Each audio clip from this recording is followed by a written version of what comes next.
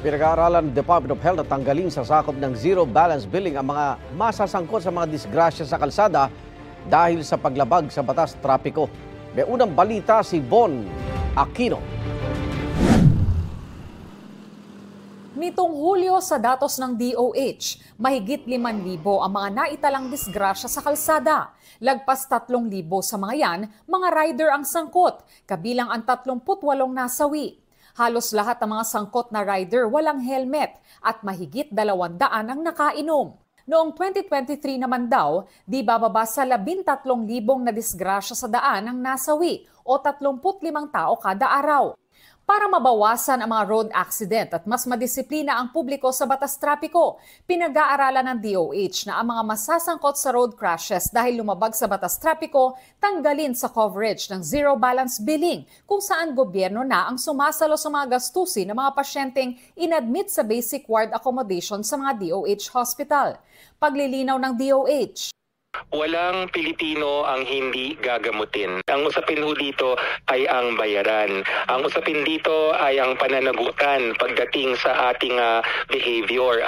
Ang panukalang ito inihalin tulad ng DOH sa moral hazard sa health insurance at mga HMO o Health Maintenance Organization.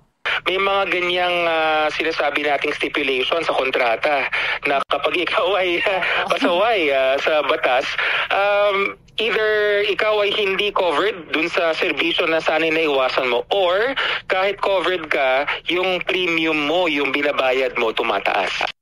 Para sa DOH, mas marami raw ang matutulungan ng zero balance billing kung exempted ang mga pasaway sa batas trapiko, lalo 26.4 billion pesos na ang nailaan para rito. 26.4 billion pesos, ano kaya yung mga sakit or yung mga kondisyon na kumain nung gano'n na kalaki?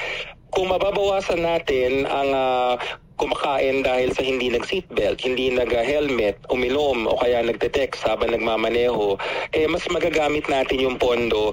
Pero ayon sa Automobile Association of the Philippines, hindi ito makakabawas sa mga lumalabag sa batas trapiko. Tingin nila mas mababawasan ang mga lumalabag sa batas trapiko kung tataasan ang multa sa mga paglabag. Halimbawa, ang pagka no parking 10,000. So tingin mo, naman.